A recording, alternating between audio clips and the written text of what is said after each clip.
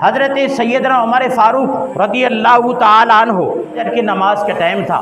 آپ جب نماز پڑھانے کے لیے آئے، صلاۃ کی آواز بلند کی، لوگوں کو نماز کے لیے آ رہے تھے۔ اب آپ آئے، مسجد میں اقامت کہی گئی، صلی نبی پر آپ سوار ہوئے۔ کچھ لوگ کہتے ہیں آپ نے اللہ اکبر تکبیر تحریمہ ماری تھی، کچھ کہتے ہیں نہیں۔ اسی دوران لولو مجوسی دو دھاری خنجر جس کے پاس تھا وہ اپنے بغل میں چھپائے ہوئے تھا۔ جب خلیفہ دوم حضرت سیدنا عمر فاروق رضی اللہ تعالیٰ عنہ مصلی پر سوار ہوئے نماز پڑھانے کے لیے، لولو مجوسی نے ناف پر وار کیا، 3 وار کیے۔ قربان جاؤں عمر تیری عزت و عظمت پر۔ جب خنجر لگے آپ گر پڑے مصلی نبی پر۔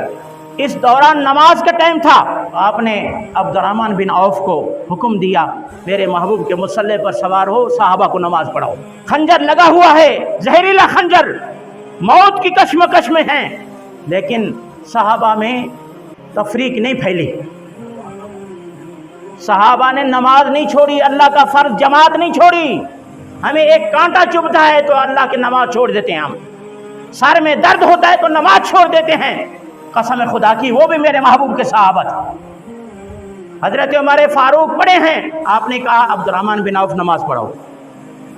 جب نماز پڑھی گئی تو صحابہ کرام دور دراز گئے کسی حکیم کو لینے کے لیے تاکہ آپ کا علاج کیا جائے۔ جب حکیم کو لے کر آ رہے تھے تو راستے میں حکیم نے کہا اب مجھے واپس اجازت دو، میں چلا جاتا ہوں، مجھے واپس اجازت دو، میں چلا جاتا ہوں۔ انہوں نے کہا کیوں؟ آپ تو امیر المومنین کا علاج کرنے کے لیے آئے ہو، آپ کو وہاں سے دور دراز سے لے کر آئے ہیں۔ آپ نے کہا اسی وجہ سے کہ امیر المومنین اس دنیا سے رخصت ہو گئے ہیں۔ آپ کو کیسے علم ہے اس بات کا؟ آپ کو علم کیسے اس بات کا؟ اس حکیم نے کہا وہ دیکھو فصل میں ایک بکری چر رہی ہے، لیکن یہ فصل اس بکری کے مالک کا نہیں ہے، کسی دوسرے کا فصل ہے۔ جب عمر کی حکومت ہوتی تو یہ بکری کسی دوسرے کا فصل نہیں کھاتی۔